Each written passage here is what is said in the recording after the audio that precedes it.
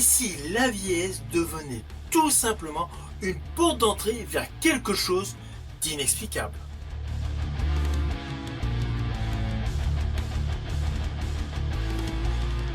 Hello, c'est HR, votre chroniqueur. Alors aujourd'hui, je vais vous parler d'une série horrifique disponible sur Netflix qui a pour titre The Burrows. Alors cette série est totalement innovante. Elle a fait le pari audacieux de mélanger le drame humain, le mystère surnaturel et la montée progressive de l'angoisse. Et tout cela avec une élégance rare dans le paysage des séries actuelles. Alors, je vous le dis tout de suite, ce n'est pas du tout une série qui recherche le jumpscare facile. Elle préfère davantage instaurer un malaise diffus, pénétrant, angoissant. Je dirais même organique. Alors cette histoire justement a un thème de base assez simpliste, mais qui hype totalement. D'ailleurs, le voici. Alors dès l'ouverture du premier épisode, nous découvrons une petite communauté paisible, essentiellement constituée de retraités, et assez rapidement, quelques phénomènes étranges surviennent. Alors d'ailleurs, la scène d'ouverture nous montre un phénomène étrange, puis nous voyons l'installation d'un des seniors interprété par Alfred Molina. Alors sur le fond, le petit côté frisson au tout début paraît très léger, mais en fait, telle une enquête, il progresse au fil des épisodes. Ceci dit, de manière lente, volontairement. Car tout le début de cette série, en fait, nous présente une chronique humaine. Avec des personnages âgés, marqués par la vie, marqués par des souvenirs, joyeux, douloureux, des regrets et surtout le poids du passé. Puis, dans ce climat très terre-à-terre, très posé, se glisse insidieusement un petit côté irréel.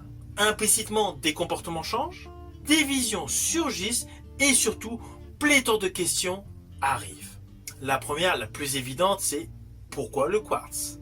Pourquoi des manifestations? Pourquoi une bête étrange rôderait dans les placards, enfin dans les murs? Quel lien il y a vraiment avec un fluide évoqué au fil des épisodes? En fait, qu'est-ce qui est réellement en train de se passer au cœur de cette communauté de seniors? Alors, ne vous inquiétez pas, vous me connaissez, je ne spoil pas, je n'irai pas plus loin sur les détails scénaristiques. Mais voilà, le postulat de base mène en fait vers une enquête passionnante, mais dans le surnaturel. Ainsi, la série construit son mystère avec patience, en ouvrant sans cesse des portes exclusivement narratives vers des questionnements. Alors oui, on a pu entendre ici et là des chroniqueurs qui disent « Oui, cette série The Burrows, c'est dans le même esprit que Stranger Things ». Alors pas du tout. Faut arrêter cela, pas du tout. Le rapprochement vient uniquement du fait que c'est une série fantastique, avec les mêmes producteurs. Mais l'ADN de cette série est radicalement antagoniste. Car on va pas se mentir, The Burrows n'est pas du tout une aventure rétro avec des gamins face à des monstres. Loin de là. Ce n'est pas une série pop, ni un roller coaster nostalgique. Pour moi, en fait, cette série est un véritable mélange avec la pop culture de Guillermo del Toro et du diptyque Cocoon, qui mettait en exergue l'aventure de seniors avec des extraterrestres. Pour moi, cette comparaison est beaucoup plus pertinente, car dans Cocoon, on suivait déjà des personnes âgées confrontées à quelque chose de surnaturel, une présence venue d'ailleurs, et avec une idée magnifique que le côté fantastique va bouleverser la vie de plusieurs d'entre eux. Et d'ailleurs, c'est le cas dans The Burrows. Il y a un individu qui mange une pêche, il y a comme une fontaine de jouvence. Donc dans The Burrows, on reprend en fait toute la sensibilité en la teintant légèrement de noirceur ici et là, en ajoutant un petit côté ambigu, mystérieux, avec un côté fantastique, organique, issu de l'univers de Guillermo del Toro. Mais voilà, ce mélange, ce cocktail entre l'univers de Guillermo del Toro et du diptyque Cocoon, en fait, est vraiment l'ADN central de The Burrows. En plus, les monstres, les entités dans The Burrows sont filmés de la même manière que dans Cocoon. Ils ne sont pas filmés comme des grands monstres qui arrivent, qui surgissent, qui font des trucs de dingue, mais comme des présences qui essayent de se dissimuler aux yeux du monde. Ainsi, cette peur, cette crainte est là, elle prend sa place et progressivement, elle gagne en level. Et on va pas se mentir, c'est ça que j'ai particulièrement aimé dans cette série. C'est la montée crescendo avec des arcs narratifs qui se développent, comme la fameuse découverte d'un certain sous-sol avec des couloirs avec les adresses des seniors. Dans cette série, c'est indéniable, on est constamment dans un suspense progressif avec une montée crescendo des frissons. Et je rajouterai qu'en fait, chaque épisode a sa propre histoire, une pièce du puzzle qui est rajoutée à l'arc narratif total de The Boroughs. Et c'est justement cette évolution constante de la trame scénaristique qui donne envie d'enchaîner les épisodes.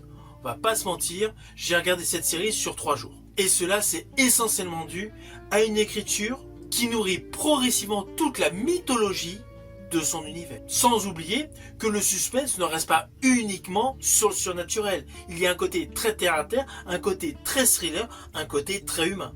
Alors dans cette série, le casting est top. On retrouve Jenna Davis que perso j'avais aimé dans le film qui n'a pas marché, Au revoir à jamais. Mais voilà, j'avais trouvé topissime là-dedans. C'était l'action woman des années 90. Elle avait également joué dans L'île aux pirates. Elle a eu pléthore de performances au cinéma ou en série télé. Donc de la retrouver dans cette série, cela fait plaisir. Bill Pullman, le fameux héros président dans ID4, qui a une carrière topissime. L'un de mes films préférés avec lui d'ailleurs est Malice, une interprétation beaucoup plus sobre. Et bien là, dans cette série, son jeu est bon. Alors oui, au vu de l'histoire, son temps de présence à l'écran est minime. Mais cela n'empêche pas qu'il apporte un vrai charisme et une qualité d'acteur indéniable au succès de The Boroughs. Mais évidemment, la grosse plus-value de cette série est l'interprétation d'Alfred Molina.